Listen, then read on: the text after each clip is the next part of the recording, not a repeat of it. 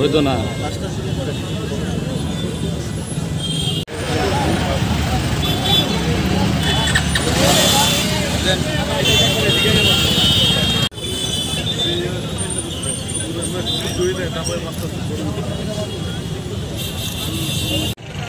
পরিবহন দপ্তরের উদ্যোগে এবং টিআরটিসিকে সঙ্গে নিয়ে রাস্তার যে যাত্রীরা রয়েছেন, যারা মোটর বাইক নিয়ে বিনা হেলমেটে চলাফেরা করছেন, তাদেরকে হেলমেট বিতরণের একটা কর্মসূচির আয়োজন করা হয়েছে।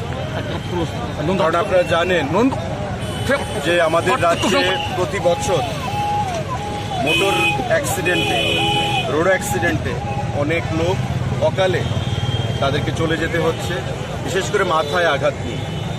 এবং একটা পরিবারের যখন মাথায় আঘাত নিয়ে কারোর মৃত্যু ঘটে, সেই পরিবার সর্বশান্ত হয়ে যায় চিকিৎসা পরিষেবা করাতে গিয়ে। সেটা আমরা বিগত দিনেও লক্ষ্য করেছি এবং তার জন্যে আমাদের দপ্তরের তরফ থেকে প্রতি বছরই সড়ক সুরক্ষা সপ্তাহ পালন করা হয়ে থাকে।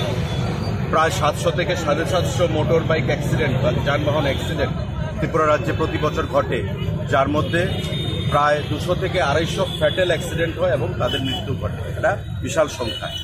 তো সেই সংখ্যাটা আমরা কমিয়ে আনতে চাইছি। আজকে একটা গুড জেস্চার আমরা পরিবহন দপ্তরের তরফ থেকে, এখানে টিআরটিসির চেয়ারম্যানও আছেন বলাইবাবু, আমাদের পরিবহন দপ্তরের commissioner, additional secretary, SP traffic আছেন, সবাই মিলে আমরা মানুষকে এই বার্তা দিতে চাইছি।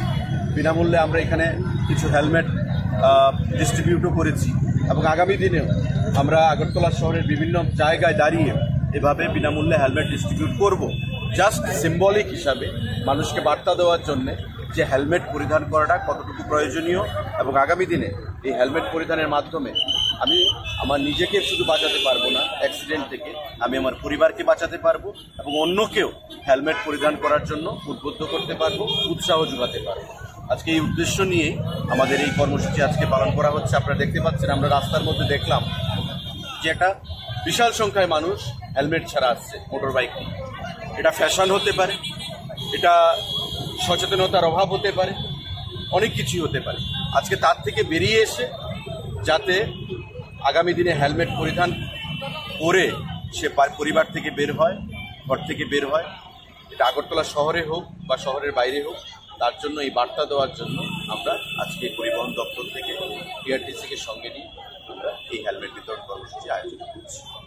Thank you.